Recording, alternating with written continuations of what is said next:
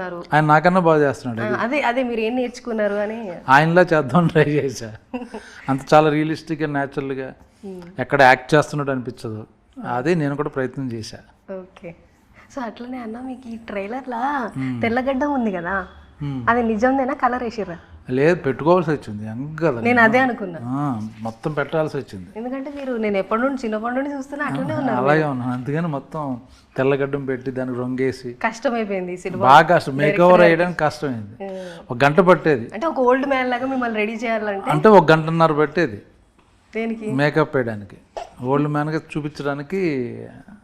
నేను ఇప్పుడు భారతీయుల్లో కమల్ హాసన్ గారికి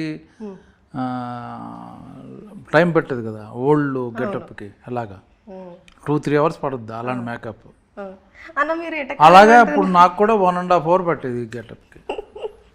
నిజంగా అంటారా? నేను నిజంగా స్పెషల్ మేకప్ మ్యాన్ వచ్చేవాడు. మీరే అంటున్నారు యంగ్గా ఎప్పుడు నుంచి వస్తున్నా అంటే నాకు అట్లా ఏ సినిమాలో మీరు అట్లా ఉన్నారు కదా, అందుకే కొత్తగా కనబడదామని ప్రయత్నం. కొత్తగా అనిపించారు కానీ కొంచెం న్యాచురల్ గానే ఉన్నారు. సో ఈ సినిమాలో సాంగ్స్ అవి న్యాచురల్ గా అంటే ఉన్నాయి, చిన్న సిచ్యువేషన్స్ ఉన్నాయి. చిన్న మంచి సాంగ్ కూడా బాగా పాపులర్ అయ్యింది. అవును, హల్లో నేరల్లో. సో గారు చాలా బాగుంది సాంగ్, ఆ మ్యూజిక్ అలాగా. సో అలాగే ఈ కథ బాపు అంటే అన్న ఒక ఫాదర్ సూసైడ్ స్టోరీ అని ఉంది. మీ చుట్టూ మీ బాపు చుట్టే తిరుగుతుందా, లేకపోతే మనకి ఆమని గారు ఉన్నారు? అదే నేను, ఆమని గారు, ధన్య నా కూతురు, కొడుకు, మా నలుగురు మధ్య జరుగుతుంటుంది. పక్కన ఆ ఊర్లో విలేజ్లో పక్క సందులో ఉన్నవాడు గురించి జరుగుతుంటుంది.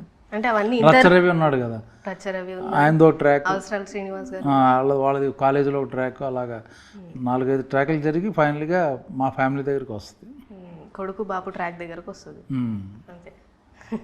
అట్లాగే నేను ఇందాక అన్నట్టు నేను ఎప్పటి నుండో చూస్తున్నాను అన్నాను కదా మిమ్మల్ని, కానీ ఎట్లా ఏం డైట్ మెయింటైన్ చేస్తారు మీరు ఇంత యంగ్గా కనిపించడానికి?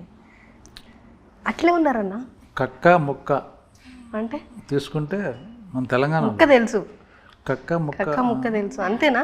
ఇప్పుడు ఏమన్నా టేబుల్ అవి మన తెలంగాణ అవి సాంప్రదాయం, అవి మందుబాటులో ముక్క.